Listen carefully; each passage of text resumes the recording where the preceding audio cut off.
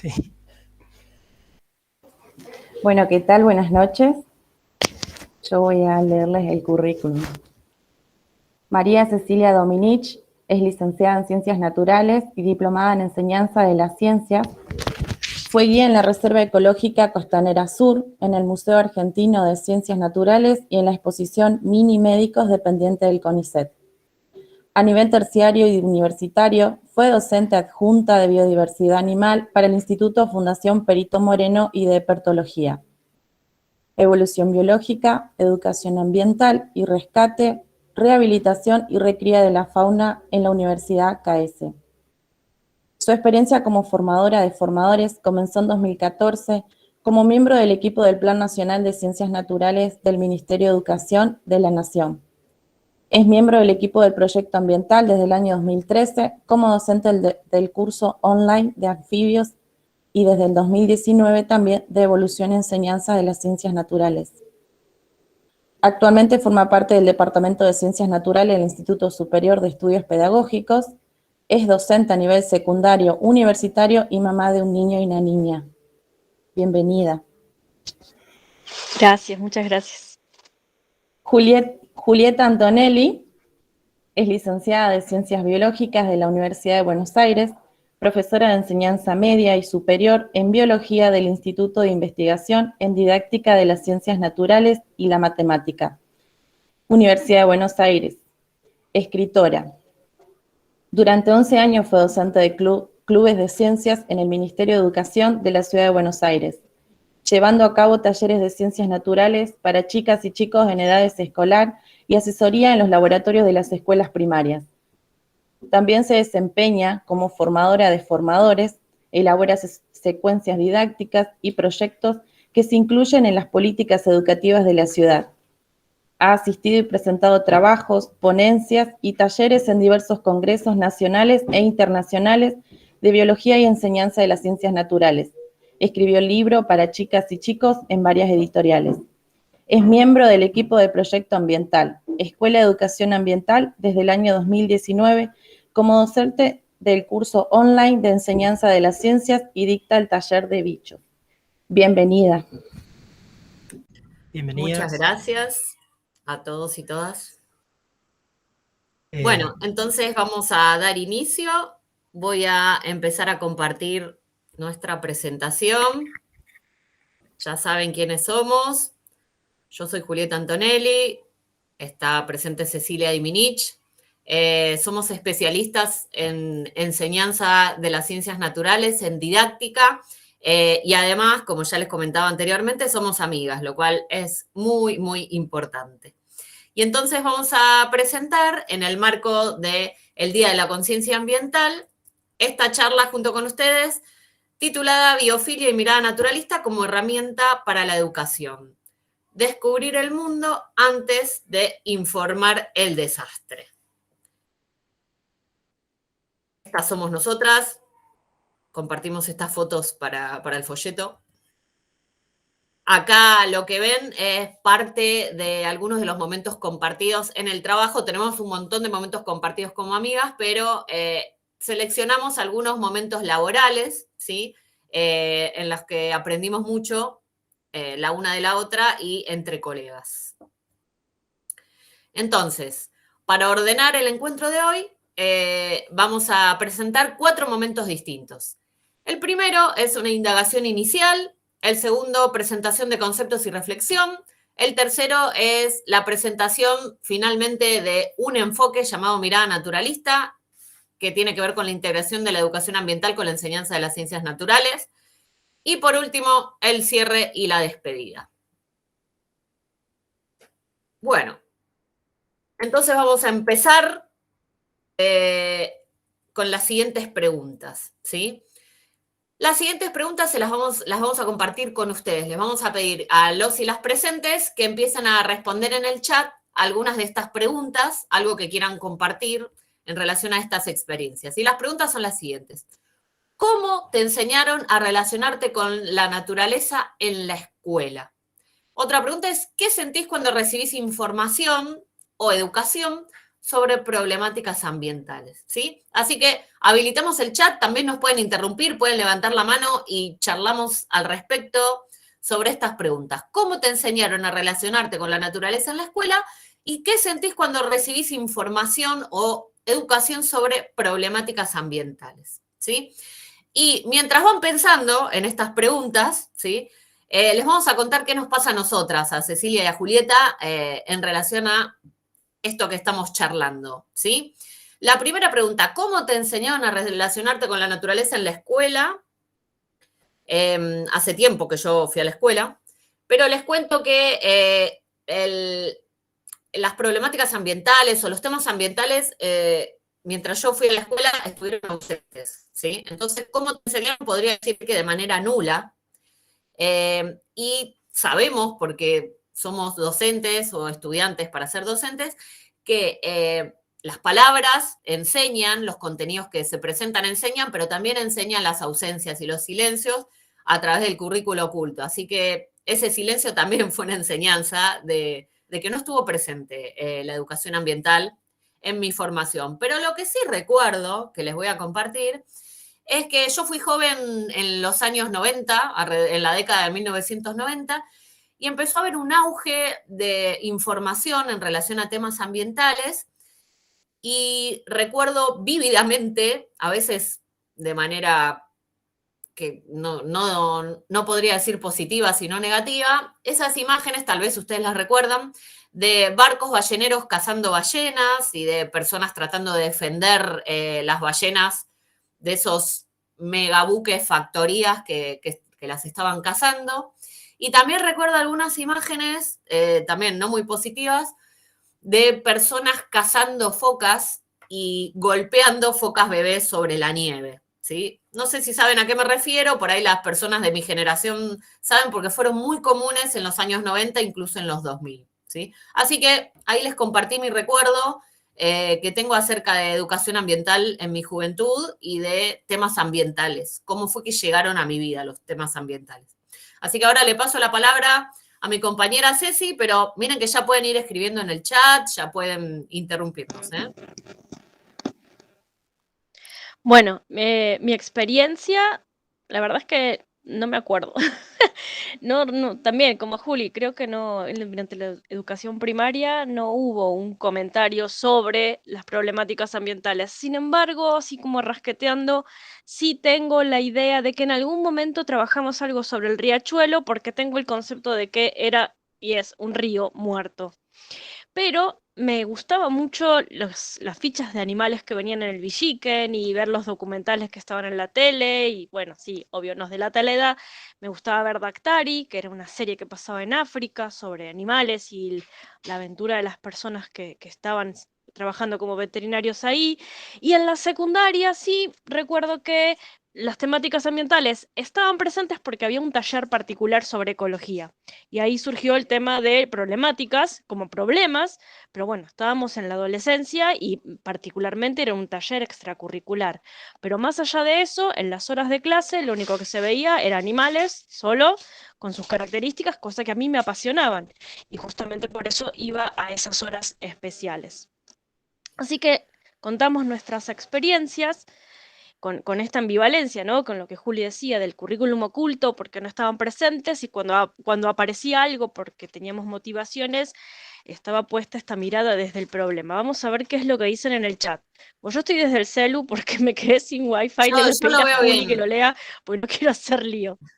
Dale. Bueno, acá Camila dice, me enseñaron a relacionarme con la naturaleza realizando actividades al aire libre.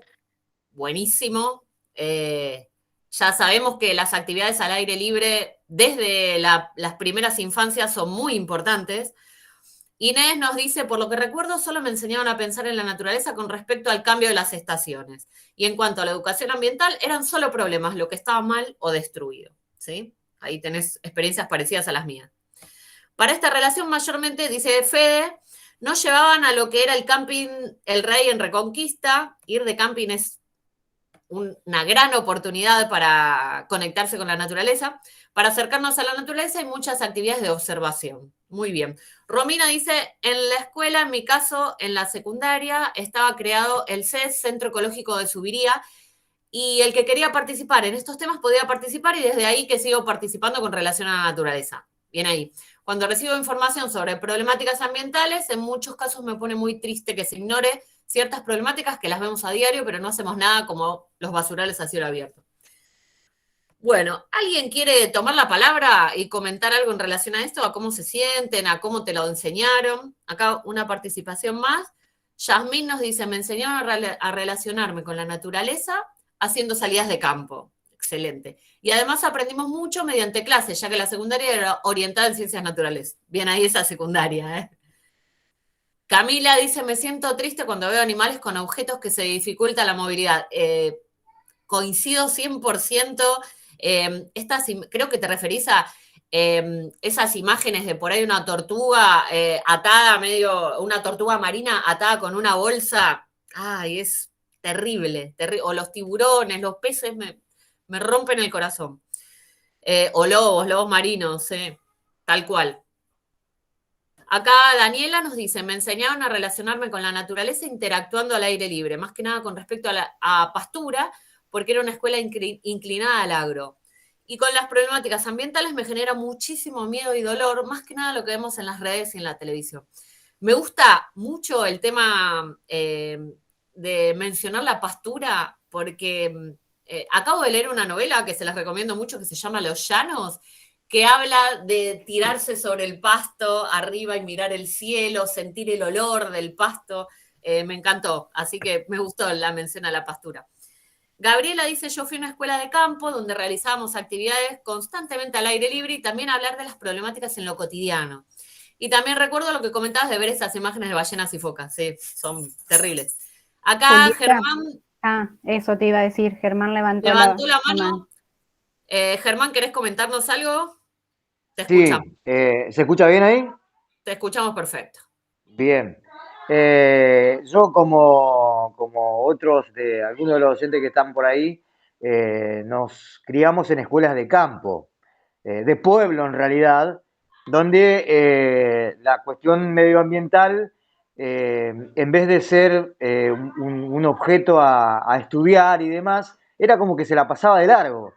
Y uno veía, tengo más o menos la misma edad que ustedes, así que por ahí lo que uno estaba bien acostumbrado a ver por televisión eran esas grandes matanzas, por eso me sentí muy identificado Tal cual. por el comentario de ustedes, esas grandes matanzas que hacían los buques balleneros o con los lobos marinos y demás. Pero nosotros que venimos es más, vengo yo de un lugar que es del corazón del Quebracho, así que imagínate si tiene historia con respecto a la naturaleza. Pero sí recuerdo mucho el tema de los picnic, que eran al aire libre, en lugares que son hermosos hasta el día de hoy. Y la verdad que esa fue básicamente la enseñanza sobre lo que tiene que ver con los recursos naturales, más que todo vivido, digamos. No había una consigna clara y específica de estudiarlos, pero sí era por tacto, por estar en contacto directo con el medio, ¿no? Germán, súper interesante lo que decís, porque viene a cuento de justamente de lo que vamos a hablar hoy. Germán habló como si fuera de dos caminos, ¿sí? Corregime si me equivoco.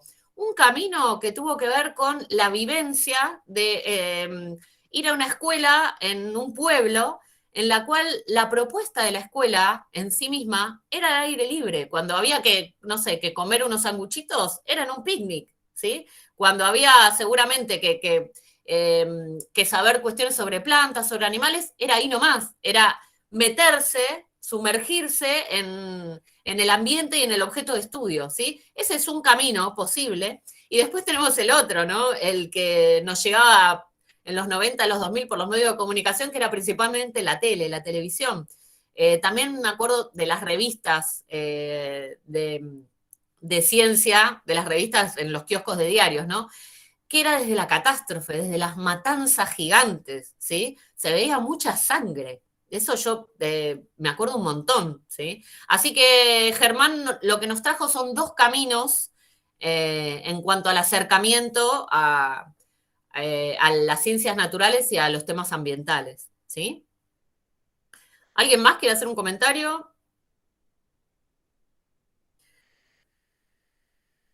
Ceci, ¿vos querés agregar algo?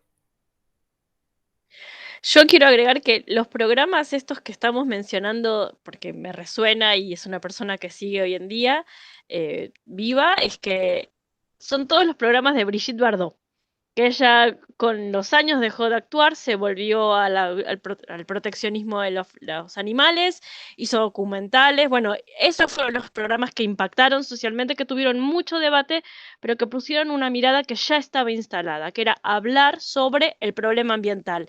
Pensemos en la década de los 80, hablar de la lluvia ácida y de la problemática vinculada, de la contaminación de los ríos. Esos eran problemas que se hablaban, pero bueno, visualmente llegaron a la tele con estas imágenes potentes en cuanto a lo cruento del mensaje que venían de la mano de esta artista francesa. Acá Juliana aporta, me enseñaron a relacionarme con la naturaleza en el aire libre, observando todo lo que nos rodea. Lo que siento cuando recibo información sobre problemáticas ambientales es interés por descubrir más sobre la naturaleza. Muy bien, Juliana, gracias. Gracias a todos y todas los que participaron. Entonces, lo que venimos desarrollando, lo que venimos pensando, Jacques Cousteau, dice Romina, los documentales me hiciste acordar. Lo que venimos pensando en relación a las temáticas ambientales es que hay varios caminos y varios recursos que se pueden desarrollar desde la educación, desde los medios de comunicación, en nombre de lo que vamos a hablar hoy, que es de la conciencia ambiental, ¿sí? Entonces, con el objetivo de generar lo que llamamos conciencia ambiental, se pueden tomar algunos de estos caminos, entonces vamos a reflexionar sobre estas posibilidades, ¿no? Paso a la siguiente. Y como decíamos, como nos trajo explícitamente Germán, pero también casi todos y todas los que participamos, hay dos formas opuestas de acercamiento o abordaje a las temáticas ambientales. El primero que señalo acá, el que vemos acá frente a estas imágenes, que no son específicamente cruentas, pero pueden llegar a ser angustiantes, que es el enfoque desde los problemas, ¿sí? El centro del enfoque es presentar el problema, y suelen ser problemas grandes a nivel mundial y generalmente inabarcables, ¿sí? El otro, el que vemos, yo lo veo a mi derecha, no sé si ustedes lo ven a su derecha también, es el camino del reconocimiento, ¿sí? Empezar a conectarse, cuando digo empezar, me refiero, tal vez hablo desde mí, que yo soy muy urbana, viví toda mi vida en la ciudad de Buenos Aires, empezar a conectarse con la naturaleza o reconectarse con la naturaleza, volver a experiencias maravillosas desde la infancia, ¿sí? El reconocimiento y el conocimiento acerca de la naturaleza, ¿sí? Así que por ahora estamos en estos dos enfoques opuestos. Vamos a llamarlo dos caras de la misma moneda o dos puntas del ovillo. Entonces, vamos a empezar a reflexionar acerca de estas preguntas. ¿Qué nos genera cada propuesta? ¿Se aprende lo mismo? ¿Y estas propuestas en sí mismas construyen conciencia ambiental? Estamos preguntándonos eso porque somos docentes o estamos por ser docentes y vamos a tener que llevar estos temas al aula. ¿Cómo voy a llevar estos temas al aula?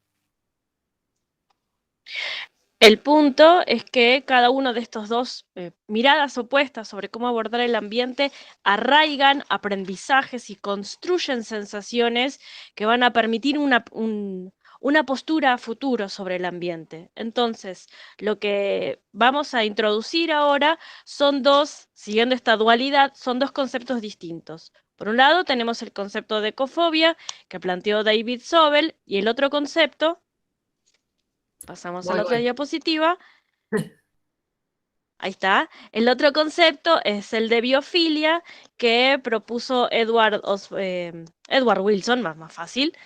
El de Wilson es mucho más antiguo, es de la Ay, ahí se quedó congelada Se Ceci, ¿no? corta, sí, se le que cortó están la muy voz. emparentadas y que vamos a ir desarrollando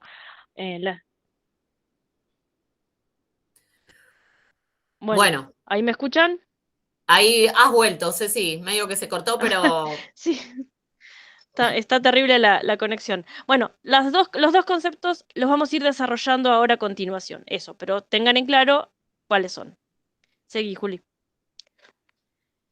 Bueno, entonces, rescatamos acá una frase de Sobel, quien ya presentó Cecilia, que nos dice que si queremos que los niños prosperen, tenemos que darles tiempo para que se conecten a la naturaleza y al amor a la tierra antes que pedirles que la salven, ¿sí?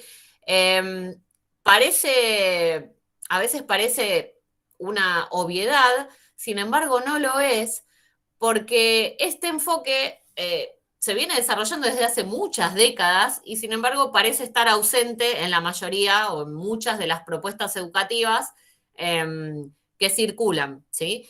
Que circulan me refiero a los ámbitos académicos, por ejemplo, a los congresos de educación en biología, ¿sí?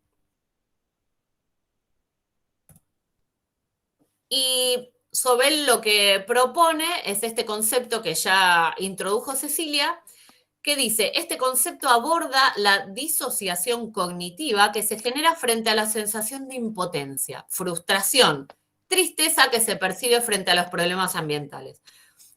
Este concepto es el de ecofobia y elegimos esta foto que ya habían traído en los comentarios, estas fotos de, por ejemplo, ver el mar, que a mí me reangustian. Ver el mar, ver una tortuga y una bolsa al lado, que en cualquier momento la puede atrapar, se la puede tragar, puede pasar algo horrible. Sí. Bueno, sobre lo que plantea al hablar de ecofobia es la disociación cognitiva. ¿Qué significa esto? Significa que cuando tenemos un problema que nos genera tanto conflicto interno, pero es un problema que está instalado, sobre el cual sentimos mucha impotencia porque es mucho más grande de lo que nosotros podemos resolver mediante nuestros actos cotidianos, entonces al final lo normalizamos o directamente es como si cerráramos la persiana, la bajáramos y miráramos para otro lado y seguimos desarrollando nuestra vida porque eso es un conflicto que no podemos resolver. Te O abrís sea, otra pestaña, disociamos. digamos, te abrís otra pestaña, Ujú, exacto. para ponerlo en Entonces, esa términos disociación actuales, tecnológicos, esa tecnológicos. la disociación cognitiva lo que nos genera es que hacemos nuestra vida cotidianamente y de manera independiente de todos los conflictos ambientales que sabemos que están, que nos preocupan, pero no importa, porque nosotros podemos vivir. O sea que es un concepto que es importante tener en cuenta. Bueno, Entonces, esta yo no la veo, pero más o menos me acuerdo de lo que estaba. El punto, un poco les decía esto, Sobel lo que hace es un educador y un escritor estadounidense, analiza qué es lo que pasa con la educación ambiental, analizando y estudiando las diferentes propuestas educativas realizadas desde la década del 60 en adelante en diferentes partes del mundo.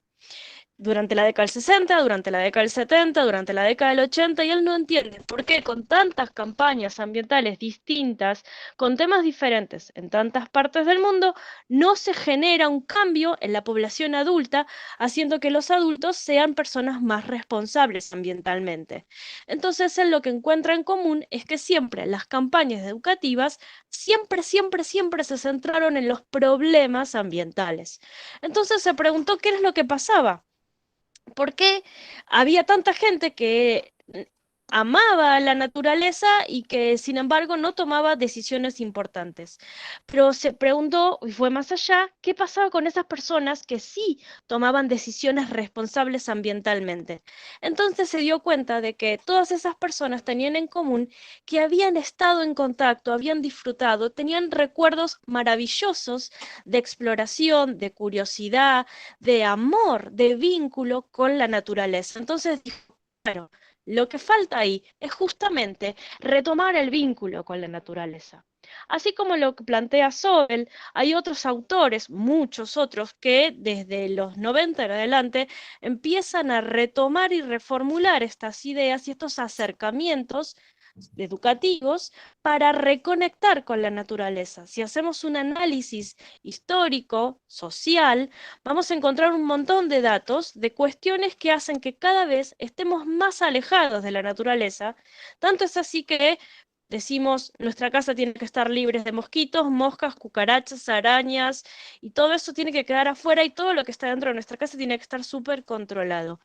Esa desvinculación, ese no sentirnos parte, ese no mirar más el cielo para saber cómo está el clima, porque dependemos del servicio meteorológico, no buscamos dónde está el sol para saber la hora porque tenemos reloj, vamos a la noche y no necesitamos orientarnos por las estrellas porque usamos GPS o tenemos un mapa, bueno, así infinidad de ejemplos, también tiene que ver con cómo nos conectamos con nuestras acciones cotidianas y los impactos ambientales que tienen, por ejemplo, en cuanto a las aguas negras y la contaminación de los ríos, o en cuanto al consumo excesivo y la generación de basuras. Otro autor, Hathaway, propone que es necesario retomar este sentir pensar, esta situación de los sentimientos, porque para generar un cambio transformador a nivel educativo, los sentimientos y las ideas que tenemos son fundamentales, no solamente los contenidos conceptuales que podemos conocer, sino que hay que ir más allá y volver a sentir. Y a partir de ese volver a sentir, entonces podemos transformar y generar un cambio ambiental adecuado. Entre otros muchos autores que siguen esta misma idea de lo importante que es el vínculo, la reconexión, la exploración, la sensación de pertenencia, entender la complejidad del ambiente, están, y menciono solamente algunos, Richard Louv, Eike Freire, Cynthia Dabul, Eloisa Treyes, Conrad Barat Cornell, Joseph Barat Cornell, esta no me lo decía mal, Katia Hueso, bueno, hay un montón, todos convergen a lo mismo. Necesitamos fomentar el vínculo y vamos más allá. Ese vínculo lo tenemos que fomentar en la infancia, en la adolescencia y también en las personas adultas. Tenemos que volver a sentirnos cómodos en la naturaleza. Esta idea es la que se tiene que instalar y así romper esa dualidad que se propone desde la educación ambiental, donde te enseño la problemática, en realidad lo que quiero es que hagas una transformación social y mejores el mundo. Esto así ya sabemos que no funciona. Como decía Sobel, hace muchas décadas que ese enfoque se realiza y no logramos los objetivos que nos planteamos. Bueno, pasamos a la siguiente. Entonces, como viene diciendo Ceci, a partir de nuestro recorrido, nuestras experiencias y nuestras lecturas, que tienen que ver con estos autores y autoras que mencionó, comenzamos a preguntarnos qué pasaba con todas esas personas fascinadas con las ciencias en sus infancias, que luego se convirtieron en adultos y adultas sin curiosidad, sin preguntas, desconectados, desconectadas de la maravilla y la sorpresa que representa la naturaleza, ¿sí? Hay ciertas personas que no tuvieron esta posibilidad de conectarse con la naturaleza desde la juventud. Y hay otras personas que sí, ¿sí? Pero en la adultez abandonaron esa maravilla. Dejaron de subir a los árboles, dejaron de oler el pasto, dejaron de caminar descalzos, dejaron de mirar el cielo y fascinarse, ¿sí? Dejaron de hacerse ciertas preguntas. Y otra pregunta que, más allá de la educación ambiental, tiene que ver con la didáctica de las ciencias naturales, que nos hacemos desde hace bastantes años y estamos escribiendo al respecto, es qué pasa con esas personas que en tercer grado adoraban los dinosaurios, adoraban volcar líquidos y mezclar cosas, adoraban abrir las flores y ver qué hay adentro, ¿sí? Adoran hacer un agujero en un hormiguero y ver qué pasa, qué hacen las hormigas, cómo reconstruyen. Y adoran ir a cazar un eclipse. ¿Qué pasó cuando llegamos a la adultez y parece que eso se borró? ¿Sí? Eso suele ocurrir, es muy frecuente en los ámbitos urbanos, donde hay una densidad poblacional enorme y en estos ámbitos urbanos ocurre mucho esta desconexión total con la naturaleza, ¿sí? Y frente a esa pregunta que nos persigue desde hace muchos años, vamos a proponerles algunos enfoques para contrahegemónicos, digamos, para tratar de construir y reconectarnos con la naturaleza. En mi caso va a ser reconectarme, ¿sí? Bueno, vamos a iniciar con una actividad para compartir con ustedes, ¿sí? Les vamos a pedir que vean las siguientes imágenes y traten de identificar si son todos seres vivos. Y si es así, ¿cómo se dieron cuenta a partir de lo visto en la imagen si son seres vivos o no lo son? ¿Sí? Entonces, vamos a empezar a compartir con ustedes algunas imágenes. Las voy a ir pasando lentamente y les voy a volver a pedir que presten atención, ¿sí? Y después les vamos a volver a preguntar, ¿es un ser vivo o no? ¿Cómo te diste cuenta? ¿Qué miraste en esta foto para darte cuenta que es un ser vivo? ¿Sí?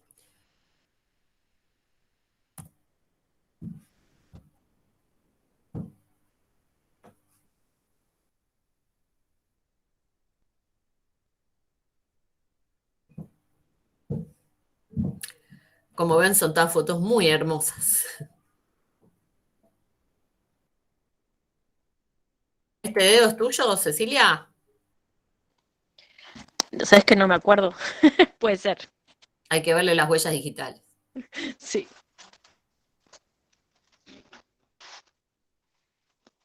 Por suerte no hay una bolsa por ahí en esta foto. No, exacto.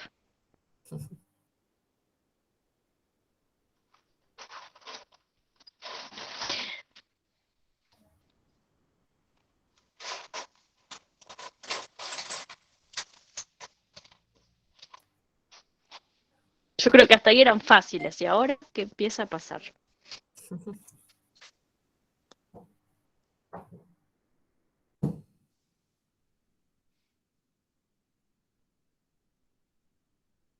Opa, ¿qué es eso?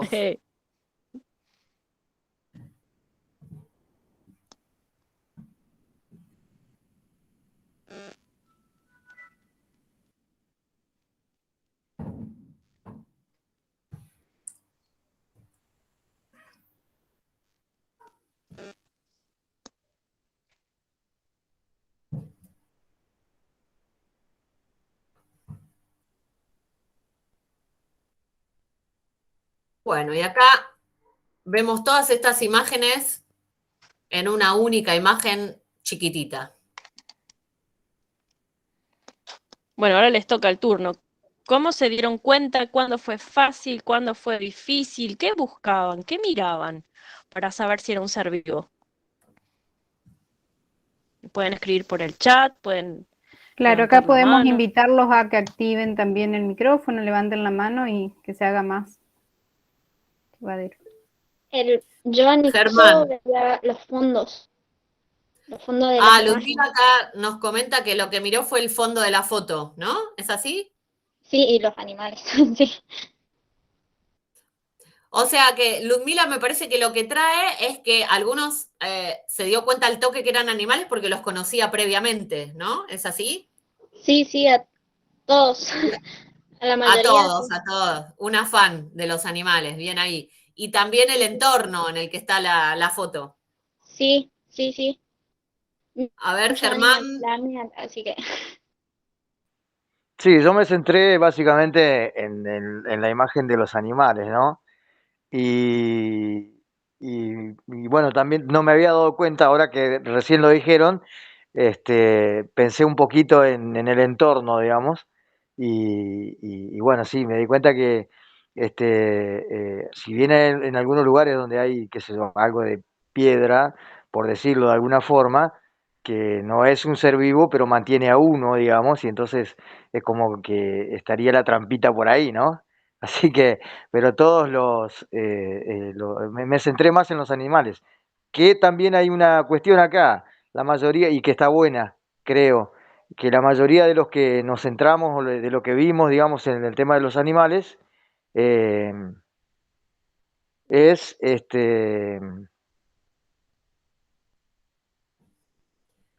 perdón, se me cortó. Está bien. ¿Me escuchan? Ajá. Sí, te Decía escuchamos bien, ¿eh? que lo que está bueno, digamos, es que la mayoría de los animales, o lo hemos visto en algún documental o algo así, porque bueno, cosas de mar acá no tenemos porque no vivimos en el mar, pero en algún lugar vimos algún tipo de estos animales, o lo vimos en algún documental o donde sea, pero eso está bueno porque hay como una memoria selectiva desde el punto de vista de los animales, y eso está bueno. Bien, muy bien. Acá volvemos a este dato interesante, que es saber que alguna vez lo viste y alguna vez te dijeron que eso era un animal, ¿no? ¿Alguna vez lo viste Claro, claro, personalmente claro. o alguna vez lo viste en una foto, lo viste en un documental? Exacto, exacto. Y eso es lo que está bueno, porque, bueno, uno es y todas las experiencias, digamos, entonces no puede negar la posibilidad de haberlo visto en algún lugar, ya sea, ya te digo, en algún documental, que por ejemplo que sea un jaguar, no lo vemos acá ahí a la vuelta de la esquina, pero sí, por ejemplo, una garza mora, que nosotros estamos acostumbrados acá, la vemos y a partir de ahí uno ya aprende la lucecita y se deja guiar por las imágenes, y todas las imágenes, en algún lado la vimos, lo mismo que el yacaré, que yo veo permanentemente eso, Ujú. y la verdad que está muy bueno el ejercicio, gracias. Hay una, Germán, que yo no identifico, a ver, la de la segunda línea, la primera de la izquierda. Esa A no. ver, Si esta, No, la siguiente, la al costadito. A la izquierda, esta, si no, no. la La que esta. otra, inicia. si la Esa. concha está llena, es un ser vivo, si no, no, creo. Ah, a ver. Interesante lo que traen, ¿eh? Bueno, ahí hay que debatir. ¿Qué le tenemos que ver para pensar que es un ser vivo? Porque estamos viendo imágenes, entonces, ¿qué deberíamos buscar? ¿Cómo podríamos reconocerlo? A ver los estudiantes si participan también. Yo digo que tendría que estar, porque está cerrada, pertenece a un ser vivo, a un ser que está vivo, porque en el caso contrario estaría abierta la concha, digamos. Esa es una posibilidad, ¿no? Y o sea, hasta ahora, para saber si era un ser vivo o no, el único dato que tenemos es que lo vi antes y alguien me dijo que eso era un ser vivo. ¿Es así?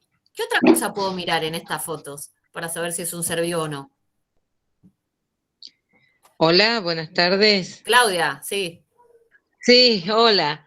Em, Además, las características de todo ser vivo o de los animales en todo caso que estamos viendo, ¿Cuáles como que son esas pueden características? Y trasladarse, si las vemos veo distintos acá ambientes en donde se estas están imágenes. trasladando y vemos también algunos con sus crías, o sea que se reproducen, fundamental para los seres vivos, para identificar seres vivos, digamos. En cuanto a mí se me corta todo el tiempo, pero en cuanto a lo que comentaban recién, de que si estaba viva o no la concha, se ve que estaba abierta. Bueno, una cosa es tener, que tenga vida en este momento, pero no deja de ser un ser vivo por más que estuviese muerto. Bien, bueno, súper interesante. Recuperé la conexión de Wi-Fi, así que desde la compu, dato entre paréntesis.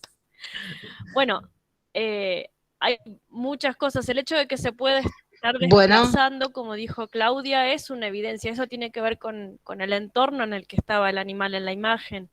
Así que eso es súper interesante. Y después también esto que dijo, bueno, si está vivo, no, bueno, pero es un ser vivo, es un resto de ser vivo. Y la foto la vamos a poder abrir y vamos a poder ver si el bicho estaba dentro en esa en particular. No, es una foto. ¿Nos va a permitir reconocer a un ser vivo? Puede ser. Pero pregunto, ¿todos los seres vivos que están acá tienen las mismas características? ¿Todos tienen cara? Voy a ser re puntual. ¿Todos tienen cara? ¿Qué opinan? no, hay una gran variedad, evidentemente, en las fotos que presentaron. Bien, y estamos presentando, no todos tienen cara, son todos muy diversos, no todos tienen la misma cantidad de patas, no todos viven en el mismo ambiente, no No todos todos tienen el tienen mismo... patas. Exacto, no todos se mueven de todos la se misma alimentan. manera, Claro, ni se alimentan distinto, ni se no desplazan todos tienen diferente, huesos. no todos tienen el mismo esqueleto, no todos tienen hueso, exacto, no todos viven en el mismo lugar, el tegumento No todos también es vuelan. diferente. Exacto. Ahí Luzmila levantó la mano. Sí, que tampoco todos vuelan. Exacto. No todo, y si cuando vuelan, no todos vuelan de la misma manera. Ojo, porque abramos un poco eso. ¿Sí? Hay que tienen alas, pero las alas son diferentes, no son todas las alas iguales. Los que tienen pelos no tienen todos pelo igual, ¿sí? Y los que no tienen cara no son iguales, son diferentes, muy diferentes. Y hay que conocemos y que no conocemos. Conocemos por registro de alguna foto, revista, documental, película, y otros que los vimos en vivo y en directo. Otros que los conocemos porque los conocemos. Ludmila.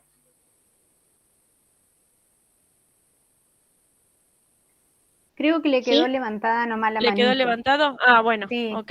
Sí, sí. Bueno, o sea, estamos viendo que hay una exploración. Traigo algo que creo que fue la Juli quien lo mencionó. Los estamos viendo a los animales en su entorno, sin ningún problema, sin ninguna condición de peligro ni de problemática vinculada. Los estamos viendo desde su maravilla y podríamos hacernos un montón de preguntas curiosas para tratar de hacer búsquedas bibliográficas, para tratar de observar quizás con una lupa algún detalle. No sé, esa araña, yo sé que es araña, pero yo le veo 4 patas, no le veo 8. ¿Cómo es eso? Bueno, así podríamos con cada una de las imágenes que trajimos como un ejemplo entre un enorme grupo de imágenes de la diversidad animal, seguir haciendo exploraciones. Y todas van a remitirnos a despertar la curiosidad, a mostrar que las especies tienen un montón de características maravillosas. Juli. Bueno, algunas de las características que mencionó Cecilia o que mencionaron ustedes, por ejemplo, tener cara o no, tienen que ver con lo que como docentes llamamos las ideas previas, ¿sí? Generalmente, si vos le preguntas a chicos y chicas cuáles son los animales, te suelen decir que son seres vivos que tienen cara, ¿sí? Para poner en tensión esa idea previa, yo lo que puedo hacer es, si voy a elegir una colección de imágenes para trabajar una diversidad de seres vivos, elegir varios seres vivos sin cara, ¿sí? Otra decisión didáctica que tengo que tomar es elegir muchos. Elegir muchos es muy importante, ¿sí? Otra idea previa que circula es que vos le preguntás a las personas qué es un animal, nombrame 5 animales, ¿y qué animales te dicen? ¿Te dicen un milpiés? ¿Te dicen un erizo de mar? ¿Te dicen un coral? ¿Te dicen una medusa? ¿Te dicen un bivalvo? ¿Una morsa? No. Te dicen animales, lo que llamamos marketineros, ¿no? Jirafa, elefante, águila, ¿sí?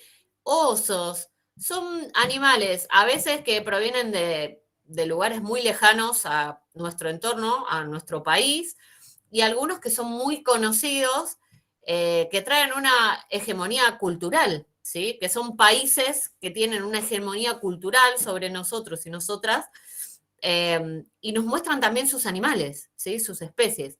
Así que también puedo, dentro de esa diversidad, meter especies propias por lo menos de mi país, ¿no? Podría ser del ambiente local, pero también de mi país, ¿sí?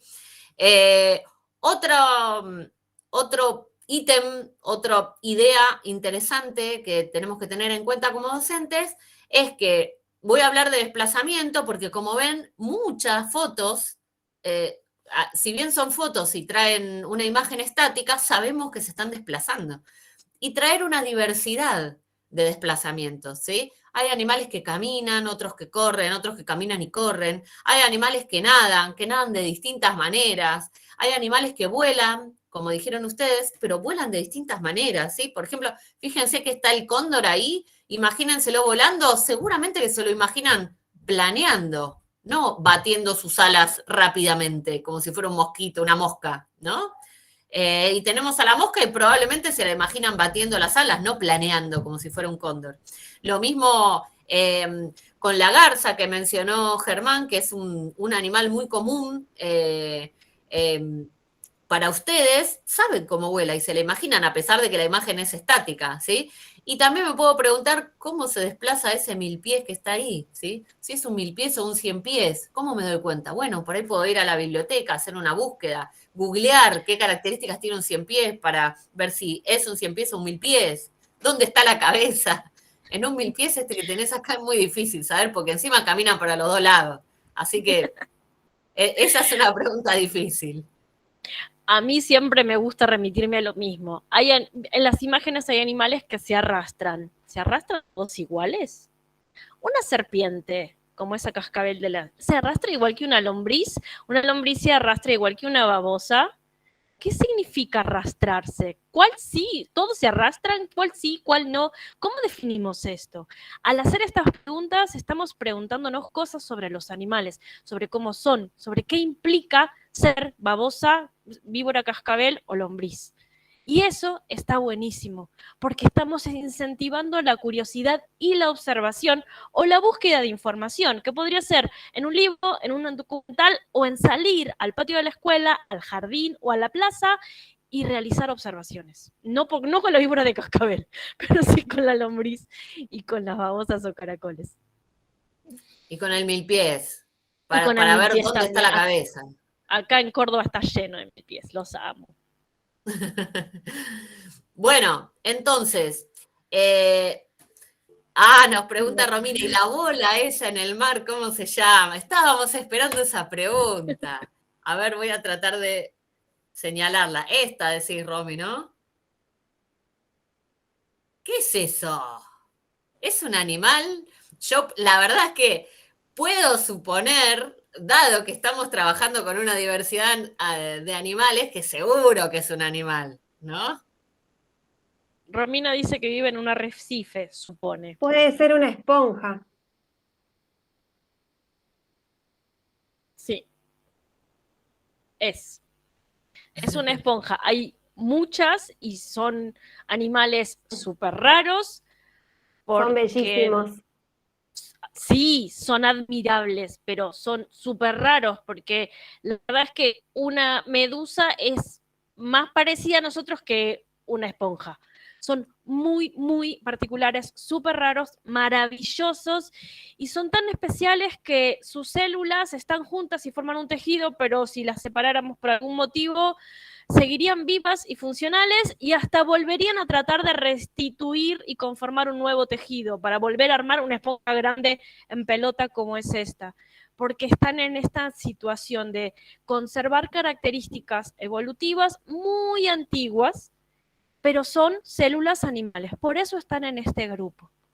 Obvio, Se esto lo podemos... de otros seres vivos, ¿sí? Esa es otra característica propia de los animales. Lo que ocurre en las esponjas es que el agua ingresa por agujeritos que se llaman poros, después vuelve a salir por ese agujero que tienen en el medio, que se llama ósculo, que a veces está presente, otras no, y en el medio quedan retenidos como si fuera un filtro, microorganismos, y de eso es que se alimentan, ¿sí? Estábamos esperando esa pregunta.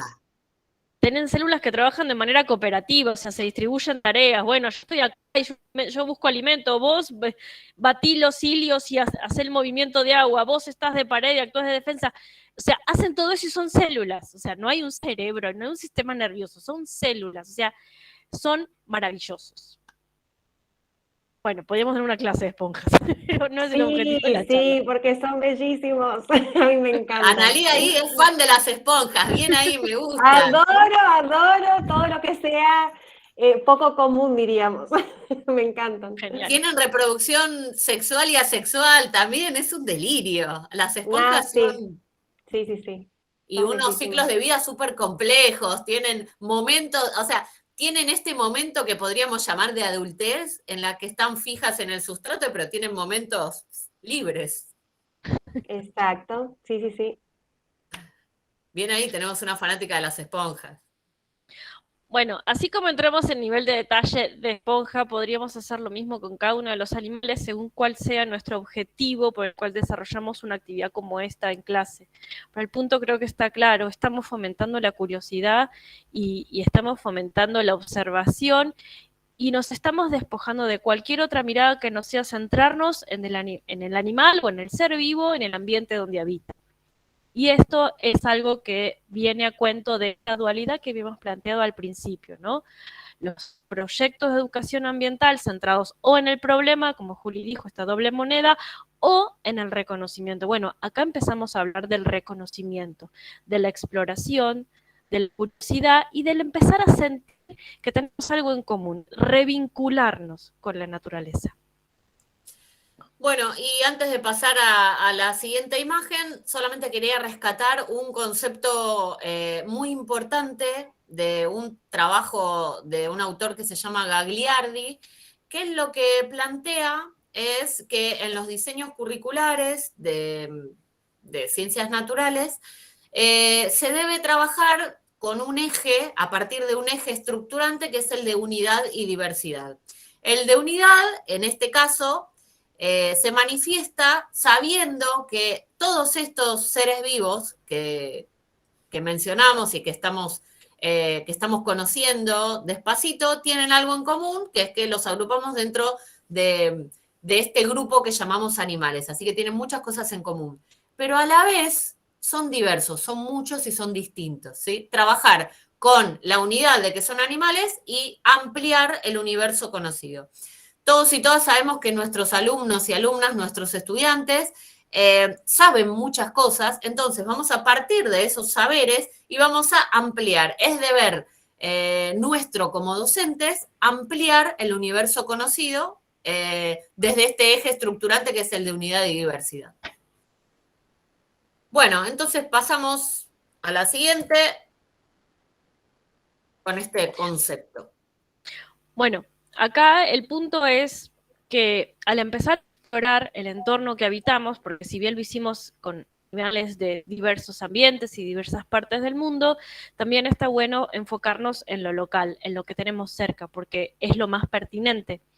Y cuando lo hacemos y cuando nos centramos en esa mirada que busca revincularnos y hacernos sentir parte de, lo que estamos logrando es empezar a restituir esto que habíamos presentado al inicio, el concepto de biofilia, que lo que destaca es la importancia que tenemos al relacionarnos con la naturaleza de manera directa.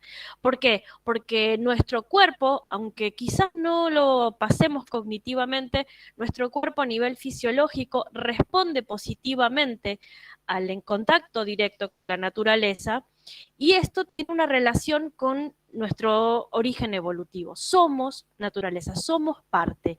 Y en ese ajuste evolutivo, nuestro cuerpo está muy bien adecuado a, cuando está en un entorno verde, a permitir una mejor oxigenación, y eso empieza a generar, lo quiero decir correctamente evolutivamente, empieza a generar cambios fisiológicos que restituyen un ritmo cardíaco adecuado, disminuyen los niveles de estrés, cuando los ojos pueden mirar hacia el horizonte lejano, también disminuye la presión ocular, al bajar nuestro nivel de estrés, entonces mejora nuestra sensación de bienestar. Al mejorar nuestra sensación de bienestar, también estamos con mucho mejor ánimo y más creativos. Y esto pasa ya a partir de los 5 o 10 minutos de estar en entornos naturales. ¿Por qué? Porque respiramos y nos comunicamos, aunque no seamos conscientes, insisto, fisiológicamente nos comunicamos y recibimos señales del entorno. La diversidad vegetal y la diversidad animal y la diversidad de hongos y bacterias del entorno empiezan a mejorar nuestro estado de salud. Esto está muy detallado con un montón de reseñas, citas bibliográficas, todas científicas, en el libro Dosis de la Naturaleza de Florence Williams, que se lo súper recomiendo como un punto de entrada a un camino maravilloso que es encontrar cómo es que somos naturaleza y cómo volver a sentirnos parte del ambiente tiene un efecto positivo inmediato en nosotros mismos. Por eso, esta dualidad que planteamos al principio de enfocarnos desde el problema o enfocarnos en el reconocimiento, y con todos los autores que mencionamos, realmente tiene un peso muy fuerte. Necesitamos realizar enfoques de educación ambiental que se paren en la biofilia, que se paren en sentirnos nuevamente parte de la naturaleza y empezar a conocerla desde ahí. Bueno, entonces ahora nos vamos a centrar en una propuesta que venimos desarrollando y que venimos, como yo digo, amasando junto con Cecilia, que llamamos la mirada naturalista, ¿sí? Entonces, considerando los aportes de las personas mencionadas, de todos estos autores y autoras, presentamos la mirada naturalista que se centra en la descripción del mundo natural, privilegiando la maravilla, la sensibilización. Esto que apareció acá me encantó, la fascinación acerca de, solo con imágenes. Imagínense si vamos hacia la naturaleza, ¿sí? Nos fascinamos, nos hicimos preguntas solamente con imágenes de los animales.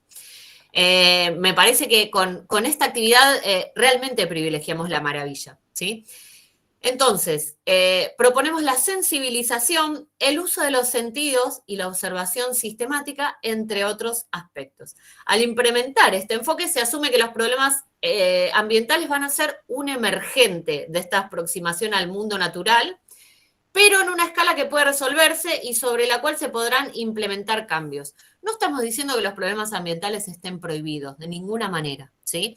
Lo que proponemos es iniciar el proceso educativo parados en la biofilia y desde una perspectiva naturalista. Entonces, desde esta mirada, dijimos, centrar en la descripción, en el uso de los sentidos, en construir vocabulario específico e involucrar las emociones, como venimos haciendo.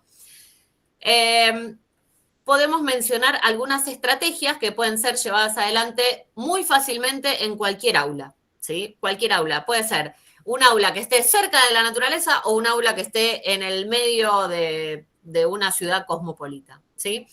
Tener en cuenta cuando yo hago una planificación, instancias de exploración, instancias de descripción que respondan a la pregunta de cómo es, ¿sí? Miro una foto de un animal y ¿cómo es este animal? ¿Sí? Yo entiendo que generalmente es muy importante saber cuál es, ¿sí? Ponerle nombre. Sin embargo, no está prohibido ponerle nombre, pero sí me puedo mover hacia la otra pregunta de ¿cómo es? ¿Sí? ¿Tiene esqueleto? ¿No tiene esqueleto? ¿Lo tiene adentro? ¿Lo tiene afuera? ¿Cómo se desplaza? ¿Qué color tiene? ¿Será venenoso? ¿No será venenoso? ¿Qué ¿Dónde come? vive? ¿Cómo come? ¿Cómo come? ¿Sí? ¿Cuántos Bueno, hijos tiene? Y así. ¿y cómo? Depende, es que el punto es, depende del tema que vayamos a abordar. Un tema puede ser ciclo de vida, otro tema puede ser clasificación. Vamos a tener un mundo de preguntas. Lo importante, vuelvo a lo que dijo Juli, es no centrarnos solamente en el nombre. Estamos presentando algo más. Y esto tiene que ver porque a veces los nombres están muy vinculados a ya etiquetas puestas culturalmente y aprendidas, porque tal animal, panda, para decirlo súper trillado, está en peligro de extinción. Igual ya lo sacaron de categoría, por suerte, pero el panda está en peligro de extinción. Entonces todos sabemos eso. Desprendernos un poco del nombre y meternos más en la historia natural de cada uno de los seres vivos, porque lo mismo podríamos abordarlo con plantas, nos corre de nuevo de esta mirada problematizadora, que hay algo que está ahí y nunca lo mencionamos. Nos corremos del problema porque sabemos que va a ser un emergente, pero hay algo más. Informar sobre el problema tampoco está mal, pero cuando damos información estamos dando información. Dar información no es educar. Lo que queremos con la educación y lo que buscamos, lo que se propone como objetivo, la educación ambiental, es generar una transformación social. Entonces, para eso tenemos que pensar algo que sea más allá de ofrecer la información. Por eso, todas estas estrategias construyen en un proceso secuencial un montón de momentos para ir más allá y buscar a partir de la biofilia esa transformación social, ese sentir que podemos ser actores de cambio frente a las problemáticas ambientales que vamos a ir viendo como emergentes cuando nos vinculemos con el entorno. Bueno, yo quería mencionar acá algunas otras estrategias, ¿sí? que no había mencionado anteriormente. Por ejemplo, esta de construcción de vocabulario específico, que recién mencionamos que a veces nos parece como urgente saber el nombre del animal, y nos salteamos esos pasos de, por ejemplo, la descripción, la exploración, o saber qué me pasa, involucrar las emociones. El vocabulario específico se construye también con la misma actividad, ¿sí? Haciéndose preguntas y buscando la palabra que mejor describe lo que estoy sintiendo, lo que estoy viendo, lo que estoy describiendo, ¿sí? Y una estrategia que nos interesa especialmente es esta que Espera, dice... Juli, te Sí. interrumpo para cerrar lo de construcción del vocabulario. Cuando hacemos esto que dijo Juli, de empezar a construir el término poco a poco, lo que estamos haciendo es hacer lo que se hace en la ciencia. El chiste que siempre hacemos nosotras cuando estábamos juntas en Buenos Aires era ninguna persona se levantó en la mañana y dijo, ¡ay, qué lindo! Hoy voy a ver a qué proceso le puedo poner el nombre de fotosíntesis. No, en realidad fotosíntesis fue un nombre que se generó después de un proceso súper detallado y de un montón de observaciones y de conclusiones. El nombre, la construcción del nombre es lo último de un proceso científico. Entonces, como dijo Juli, si hacemos lo mismo, estamos replicando la ciencia académica en la ciencia en el aula. Bueno, y acá vamos a desarrollar otro punto que nos parece súper importante, que es este que dice sumergirse en el objeto de estudio o su contexto, ¿sí? Algo ustedes mencionaron, ¿sí? Las fotos que pusimos no están fuera de contexto, están generalmente en su hábitat, ¿sí? La tortuga estaba nadando en el mar, ¿sí? Estaban los animales en el suelo o volando, ¿sí? Estaban en su hábitat. Eso nos parece súper importante y generalmente podemos planificar teniendo este punto en cuenta, teniendo este enfoque en cuenta. ¿Cómo? ¿Sí? ¿Cómo podemos hacerlo? ¿Sí? Siempre Ceci menciona que hay pedagogías anteriores como la de Reggio Emilia y la de Montessori, que lo que plantean es que el ambiente donde se produce el proceso educativo, el ambiente nos referimos, por ejemplo, al aula, ¿sí? A las relaciones que se establecen entre las personas del grupo, eso es un elemento más del proceso educativo, ¿sí? Entonces, replicar algunas características del ambiente o preparar el ambiente con las características que yo deseo que se desarrollen, ¿sí? Con ideas que yo deseo que se desarrollen, también es una estrategia muy potente como parte de la mirada naturalista, ¿sí? Y seguramente que lo van a entender mucho mejor cuando hablemos de algunos ejemplos, ¿no? Algunas de las actividades que llevamos adelante con Ceci tenían que ver con, por ejemplo, trabajar con diversidad de plantas, ¿no? Entonces lo que hacíamos era preparar el aula completa, llena de partes de las plantas. Llena, repleta. Llena, porque sí somos como muy excesivas y porque estábamos trabajando con docentes como ustedes que queríamos que les impactara y queríamos que ese impacto en los adultos también llegara a los chicos. Entonces era llena. Y era llena porque conseguimos podas de diferentes tamaños, entonces teníamos una planta de costilla de Adán que era enorme la hoja y una hoja de palmera que metía dentro del colectivo. Hicimos un montón de cosas para que hubiera un ambiente. Era una de cada una, no era un montón.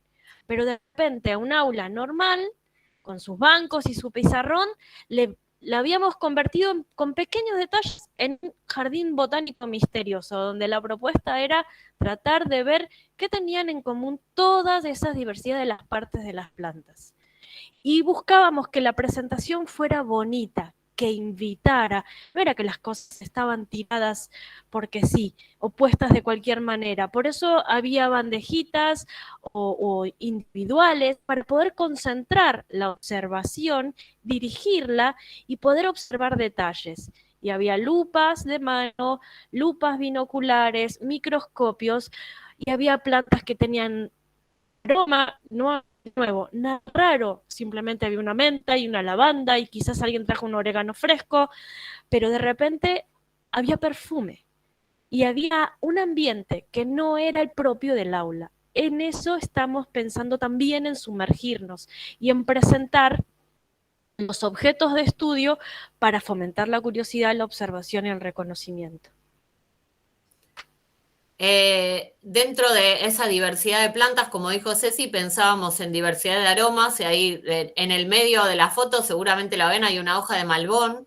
El malbón es muy aromático, pero además lo que pensábamos era en diversidad de texturas, porque se puede tocar, ¿sí? Como decíamos, siempre involucrar los sentidos en el acto educativo siempre suma. Lo que pasa por el cuerpo es muy significativo, ¿sí? Entonces, el malbón, vieron que tiene una textura que parece, no sé cómo decirlo, peluche, es suave y áspera al mismo tiempo, es especial, y lo que hacíamos era poner la hoja de malbón al microscopio, y resulta que ves unos pelos así en el microscopio que van para un lado, entonces la tocas para un lado y sentís una cosa, y la tocas para el otro lado y sentís otra cosa. Así que cuando elegimos preparar ese aula, pensábamos en diversidad de aromas, de colores, de texturas, de formas, de tamaño. Sí, había una diversidad inmensa de todo y había objetos preparados para que estén disponibles para ser observados. Por eso las lupas, y también había guías de plantas, libros que había en la biblioteca. Esto lo armábamos en diferentes bibliotecas, diferentes escuelas. Entonces era revisar rápido qué nos podía servir, más los materiales que nosotras llevábamos. Y la verdad es que el impacto de ingresar a esa aula de los docentes era muy significativo, y los trabajos que se realizaban ahí eran preciosos, porque estaba preparado en el sentido, como dijo Juli, lo presenta los enfoques de Emilia Reggio, Reggio Emilia, siempre lo digo al revés, y Montessori. Ambientes preparados para que permitan la exploración. Bueno, entonces, como venimos compartiendo con ustedes, ¿qué posibilidades, qué tipo de actividades frente a la mirada naturalista podemos desarrollar como docentes y como futuras docentes? Podemos planificar visitas a áreas naturales, podemos armar guías de campo con las especies comunes para compartir con la comunidad. Hoy en día, generalmente, las guías de campo, cuando yo era joven, las hacíamos a mano, con fotos recortadas. Hoy en día puede ser una guía de campo en línea, puede ser una guía de campo que quede en las computadoras de la institución, o también puede ser un herbario en formato físico. Preparación de un espacio en la institución escolar que sea de inmersión, el ejemplo que trajimos de las plantas, se puede llevar también a una preparación de inmersión, preparando un cielo para prestar atención a ciertas cuestiones, a ciertos astros que voy a prestar atención, proyectar por ejemplo, el Stellarium, que es un programa de computación que te muestra el cielo, proyectarlo en el techo, ¿sí? Siempre después salir a mirar el cielo, pero preparar esa inmersión en el objeto de estudio siempre puede sumar. Salidas diurnas o nocturnas para observar el cielo, lo que decíamos recién, y conocer proyectos de conservación de especies. Como decía Cecilia hace un ratito, cuando yo me centro en ciertas actividades positivas, por ejemplo, las actividades dentro de un proyecto de conservación, el problema emerge, ¿sí? No estoy negando que ese animal, que esa planta, que ese ser vivo está en peligro de extinción. Estoy mostrando que alguien está trabajando en ello. Y estoy mostrando posibilidades para involucrarse. Y de esa manera ese camino podría generar lo que estamos pensando, lo que estamos llamando conciencia ambiental, ¿sí? Entonces, otra posibilidad, como dijo Cecilia, es tener instancias de búsqueda bibliográfica fascinante, con ilustraciones, con información increíble. Y otra posibilidad que siempre recomendamos es trabajar con el emergente. ¿A qué nos referimos? El típico ejemplo de encontré este bicho, ¿sí? Encontramos esta tela de araña y quisiéramos averiguar qué pasó. Está por venir una lluvia de estrellas. La erupción volcánica que está pasando en las Islas Canarias, que es como, wow, sorprendentemente bella, lástima todas las casas que se está comiendo. llega a eso y ¿qué pasa? Un terremoto, un temblor, un tsunami, la caída de estrellas, un eclipse. Aunque nos parezca raro, hay muy poco tiempo destinado a observar el cielo. Y ese tiempo, ese escaso tiempo destinado a observar el cielo, apenas nos remite a datos de colores y de clima, muy poco a datos astronómicos. Cuando entonces tratamos de que nuestros estudiantes aprendan sobre el sistema solar, sobre los eclipses, sobre las estaciones, hay muchos obstáculos muy fuertemente construidos desde la cultura y arraigados desde la falta de observación del cielo. Entonces, estos emergentes están buenísimos y son necesarios para tomar y desarrollar en las clases.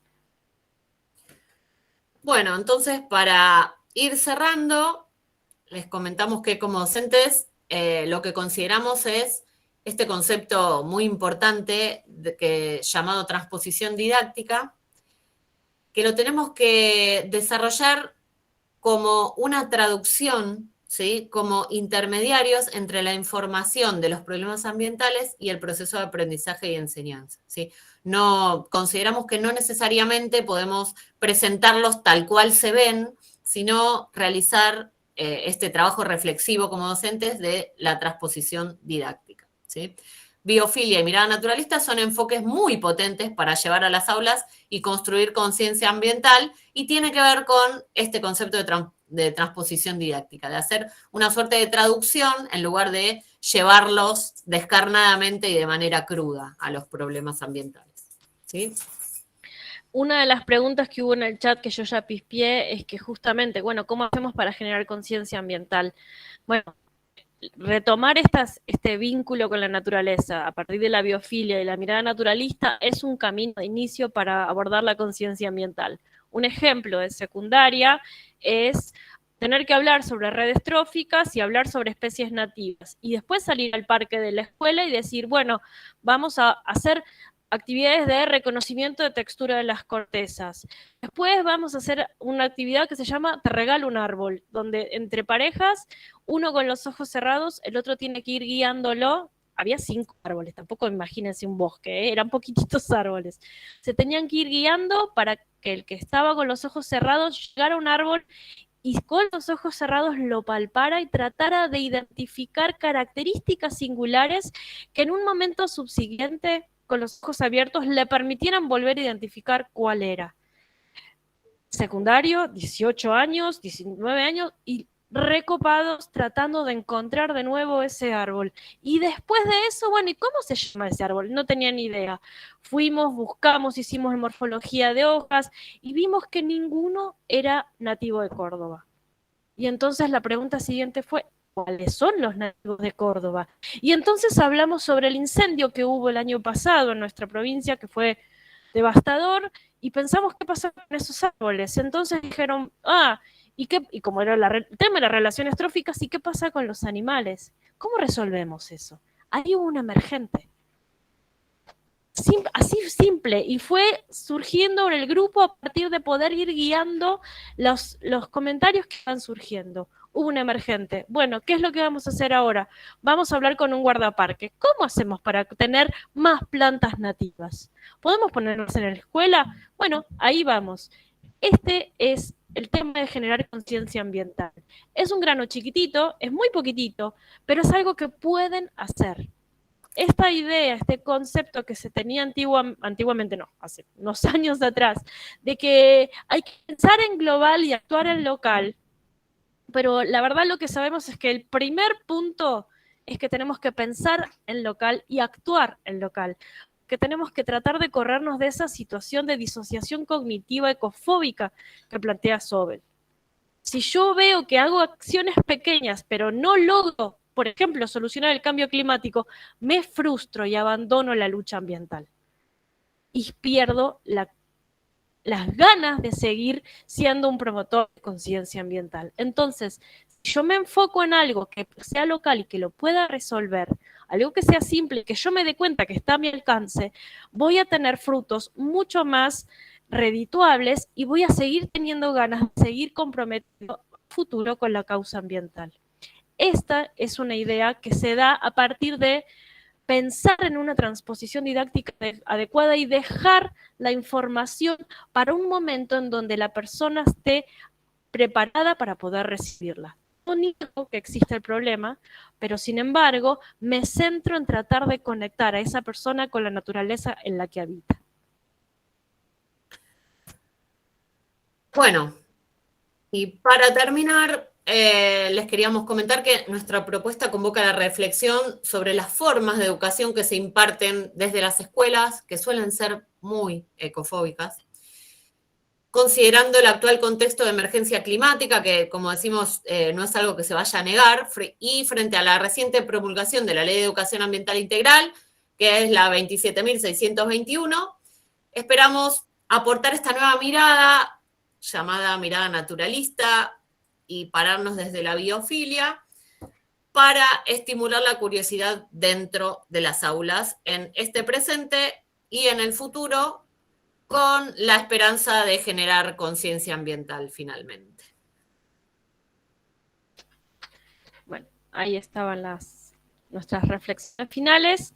Bueno, ahora, diapo siguiente, volvemos un poco al principio y les decimos que Juli y yo somos parte del proyecto ambiental, que tiene un montón de cursos pagos, pero también da talleres gratuitos y genera el Congreso Virtual de Educación Ambiental, que este año fue la segunda edición, probablemente el año que viene sea la tercera, y bueno, están invitados e invitadas a, diapo siguiente, a seguir a Proyecto Ambiental por las redes.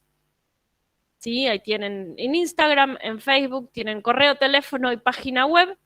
Y por último, ahora sí, abrimos el momento en los últimos 5 minutos para las preguntas, que ya hubo algunas en el chat, y a nosotras mismas nos pueden seguir en las redes. Y ahora, bueno, abrimos micrófono y podemos comentar. Bueno, muchísimas gracias Ceci y Juli por la charla de hoy. Quisiera darle la palabra a mis compañeras Dianela Maidana y María Azul Muchut para que lean las preguntas que fueron realizando en el chat. Hola, buenas noches. Como dijo, bueno, Amadeo, nosotras somos las que estamos a cargo de las preguntas. Por el momento hicieron 3. La primera pregunta fue de Leticia Biasoni, que pregunta qué hace que una comunidad sea sostenible. Juli, ¿yo? Una pregunta un poco compleja. ¿Una comunidad debería ser sostenible si es capaz de gestionar el impacto que genera al habitar un territorio? Gestionar el impacto en el consumo energético, generar el impacto de los residuos sólidos urbanos, generar y poder ser capaz de minimizar el impacto de los residuos cloacales, las aguas negras, los tratamientos. Hay muchas estrategias muy diversas. Hay un pueblo en Córdoba, por ejemplo, que es un pueblo con una gran asociación al cultivo de maní, y con las cáscaras y los productos derivados y de desecho de cosecha gestionan y se mantienen a sí mismos a nivel eléctrico por justamente poder tratar estos desechos de producción, y ahí obtienen energía. Todo lo que se haga para que se logre un impacto mínimo reciclando, reutilizando, bueno, todos son ahora los SR pasaron a ser 5, todos los R que se les ocurran, va a generar una situación de comunidad sostenible, ¿sí? Tratando siempre de preservar. Y sí, puede ser una comunidad con conciencia ambiental, específicamente. Hay muchos ejemplos en Argentina y en el mundo de comunidades que se transforman y que se vuelven cada vez más sostenibles. Así que bueno, reutilizar, reciclar, redistribuir son como palabras claves. También, y traemos otro concepto que es el de soberanía alimentaria. Hay muchas comunidades que tienen huertas y hacen cría respetuosa de animales y bueno, sostienen su propia alimentación también. Otra pregunta que surgió es, ¿por qué el oso panda está en peligro de extinción? Pregunta Amadeo López. Bueno, principalmente el principal problema que enfrenta el panda es la destrucción de su hábitat, y además es un animal que tiene características especiales, que es que se alimenta únicamente de bambú. Es un animal que tiene una alimentación muy específica. Entonces, eso hace que sea una especie vulnerable. Igual la cría artificial viene funcionando muy bien y se viene recuperando la especie.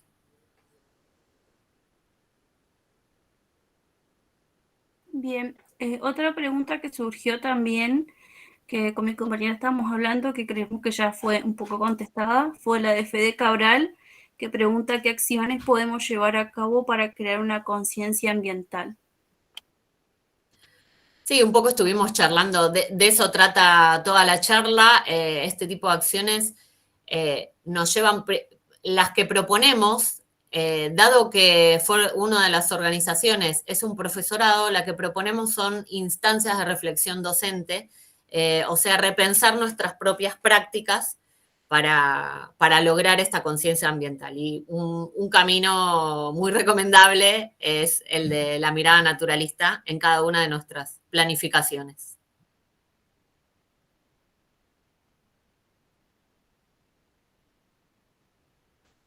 Otra pregunta es, ¿qué implicancia piensan que puede tener la ecología en la vinculación o revinculación con la naturaleza? Pregunta María Sanutín. Y si pensamos en la ecología de poblaciones o en la ecología de ecosistemas, pues va a ayudar un montón. Pensar las relaciones entre las especies que conforman un ecosistema, relaciones tróficas, el flujo de energía dentro de una comunidad, o pensar las relaciones de cooperativismo, de comensalismo, bueno, todas las relaciones ecológicas interespecíficas. Todo eso nos va a hacer entender la complejidad del funcionamiento de un ecosistema y entonces entender los impactos que puede haber en consecuencia. Así que es un aliado bastante importante. Lo mismo que, pongo otro ejemplo, a raíz de los incendios, que pasó el tema emergente, sobre todo en la época de pandemia, donde estábamos todos así como viendo qué hacer con la virtualidad y con mantener la presencia de los chicos, de la participación, usar los incendios para analizar cómo se modificaban los ciclos biogeoquímicos, que es un tema de ecología, también fue súper interesante y enriquecedor porque daba sentido. Este tema, incendios, llevarlo a ecología y tomar los ciclos biogeoquímicos, de repente estos ciclos, carbono, el del fósforo, el del nitrógeno, el del agua, tenían un sentido, entendían por qué los estábamos analizando y nos hablaba sobre el ambiente que estábamos habitando, particularmente donde yo estaba en Córdoba, donde estoy, teníamos los incendios que nos estaban cercando, entonces es como muy impactante y fue interesantísimo poder trabajarlo desde ese lado. Ahí tienen diferentes ejemplos para entender lo interesante de la ecología, algunos conceptos de ecología y pensarlos desde la biofilia.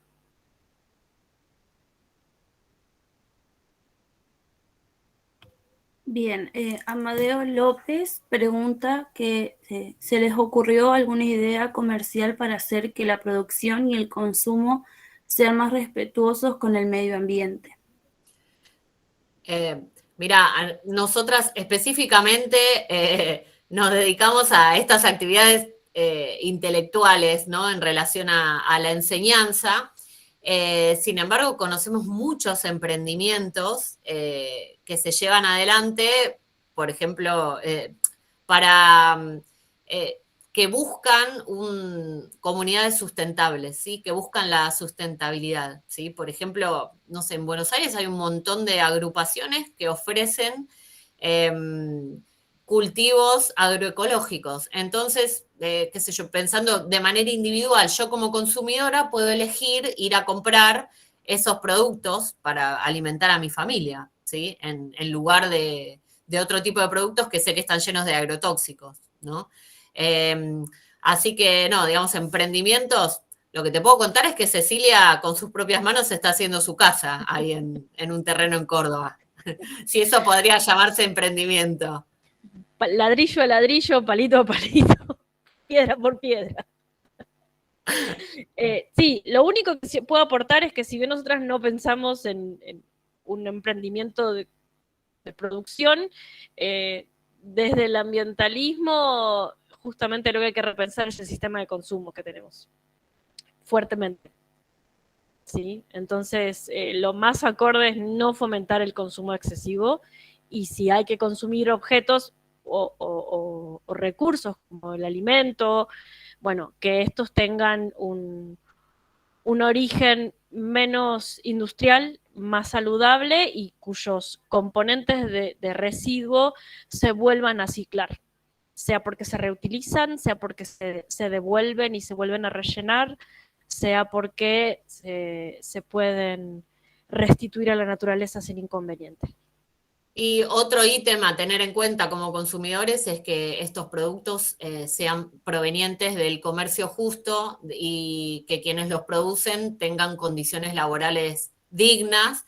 Y todo eso se genera de manera individual como consumidores, pero también involucrándonos en las decisiones políticas, ¿sí? Con el voto, con la militancia, poniendo el cuerpo en, digamos, frente a las ideas para salir a la calle y defender las ideas que nos parecen importantes, ¿sí? Involucrarnos en las decisiones políticas me parece fundamental para generar un cambio. Por supuesto que hay otro momento fundamental, que para mí es casi el más importante, que es el aula.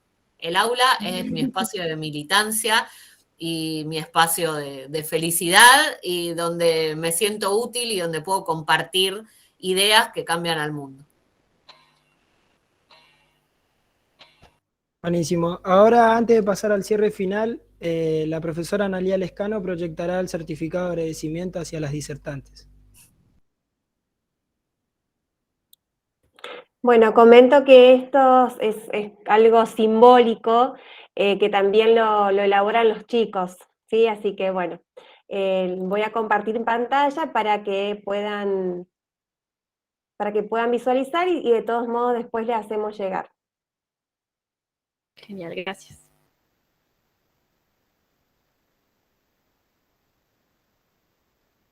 Ahí a ver, me parece que se alcanza a ver. Ahí está entonces para Julieta, con el logo del instituto también representando, ya que estamos dentro de esta institución, formando a futuros docentes, y la ONG Green Drinks. Y, a ver. Muchas gracias. Y acá es para Cecilia. Ahí está. Bueno, muchísimas gracias. No, gracias a ustedes por haber participado de esto tan importante que nos fueron compartiendo. Bueno, ahora mi compañera Leticia quiere dar un cierre final a la charla, así que Leti. Bueno, buenas tardes a todos los presentes. Con gran satisfacción me dirijo a ustedes para cerrar esta valiosa charla sobre biofilia, donde las disertantes nos invitaron a tener una mirada naturalista como herramienta para la educación, donde podamos descubrir el mundo antes de informar el desastre.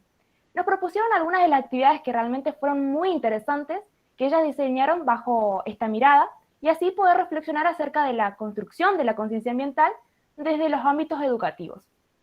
Ello en conmemoración del Día Nacional de la Conciencia Ambiental. Este día se declaró mediante la ley número 24.605, el día 27 de septiembre, en memoria de las personas fallecidas como consecuencia del escape de gas cianhídrico ocurrido en la ciudad de Avellaneda, provincia de Buenos Aires, en 1993. En pocas palabras, poder agradecerles por los distintos conocimientos que fueron muy enriquecedores y que nos han dejado ver la importancia que le dan al ambiente que nosotros conocemos y disfrutamos. Sin dudas, ahora conocemos mejor del tema hablado y es una oportunidad excelente para continuar con las acciones que venimos realizando en pos de la conservación del ambiente y los recursos naturales. Desde ya, muchas gracias y saludos a todos, nos vemos la próxima. Hasta luego, muchas gracias. Bueno, Muchísimas Julieta, gracias. Cecilia, muchísimas gracias por la predisposición, encantadas con ustedes, con todo lo que nos dejaron. decirles que yo ya las sigo hace mucho, vengo haciendo los cursos con ustedes que me encantan y muchas de las actividades que fui conociendo a través de ustedes las incorporamos en este seminario. Así que no sé si vamos a hacer ya el sorteo, Ana, las chicas lo hacen acá. Sí. A ver quién Ahí se creo gana que la beca. Ludmila está a cargo de esa parte. No, la verdad que aparte o sea, todos los aportes que fueron brindando, esto de también incluir la didáctica de las ciencias, a nosotros nos ayuda muchísimo porque, bueno, estamos trabajando en un profesorado y la verdad que todos los aportes fueron sumamente significativos y valiosos porque ahora tienen que hacer también las secuencias. Así que espero que incorporen parte o todo lo que estuvieron dejándonos. Sí, se ve que estás proyectando. Sí, Julieta, sí, Ludmila.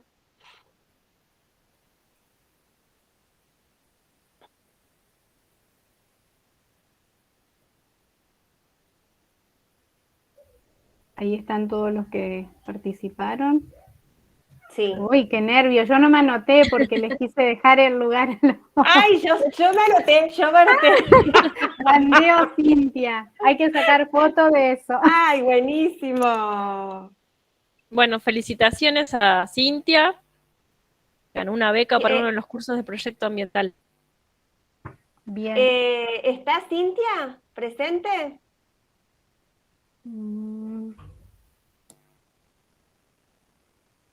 No la veo, Ana. Creo que no. Bandeo, sí está. Cintia Bandeo. Sí está presente, pero no sé si nos está escuchando, calculo que sí. Si no, le comentamos, después le mandamos un mensajito. Hola, profe. Ahí está. Yo estoy al baño, por eso no. Ay, bueno, fuiste acreedora de la beca para el curso de las chicas. Así que... Ay, no puedo creerlo, nunca gané nada en mi vida. Bueno, felicitaciones. Gracias. Felicitaciones, Cintia. Nancy Gómez me gustó. Buenísimo. Buenísimo. Bueno, después, chicas, Julieta y Cecilia, yo me comunico con ustedes a ver cómo hace la chica como para inscribirse en el curso. ¿Cuándo comienza? A fin de octubre, creo que el 28 de octubre empieza. Buenísimo. La verdad es que no sé si cambió. Yo hice el de enseñanza en la ciencia, pero como ahora agregaron y educación ambiental. Cambió un comentar poquito, pero tiene muchos puntos Estamos en entre común. nosotras. Es más marketing. Estamos tratando de tener Cuando más está gente. presente, Bueno. sí, cuando está presente la educación ambiental convoca más. Bien. Sí. No, que las ciencias en sí mismas. Pero esa forma que enseñan, cómo enseñar la ciencia me encantó. Y tuve que modificar muchísimo y todavía me falta seguir aprendiendo. Ojo, que apenas probé. Estamos siempre ahí, todas. Totalmente, totalmente. Cintia, ¿querés decir algo más? ¿Te gustó el curso? La charla, perdón. Sí, muy linda. La verdad, muy linda. Se acopla. Bueno, no sé, chicas, si ustedes quieren decir algo más, y si no, Amadeo, te damos la palabra para que te despidas de las disertantes, ya que estuviste a cargo de esta charla y te salió excelente. Bueno, la verdad que me pareció muy entretenida la charla, sobre todo algo que me impactó fue lo del panda, ya que anteriormente habíamos hecho la actividad de lo que nos acercaba a la ciencia natural y demás, y bueno, mi animal favorito es el panda, y yo viendo la película de Kung Fu Panda, la verdad que eso me acercó bastante, y la verdad no tenía idea de que estaba en peligro de extinción, así que bueno, fue algo chocante eso dentro de la charla. Igual Amadeo se está recuperando bastante bien, tranquilo. Bueno, mejor entonces, tengo que ir a conocerlo algún día, voy a tratar de hacer algo para poder acercarme a los pandas.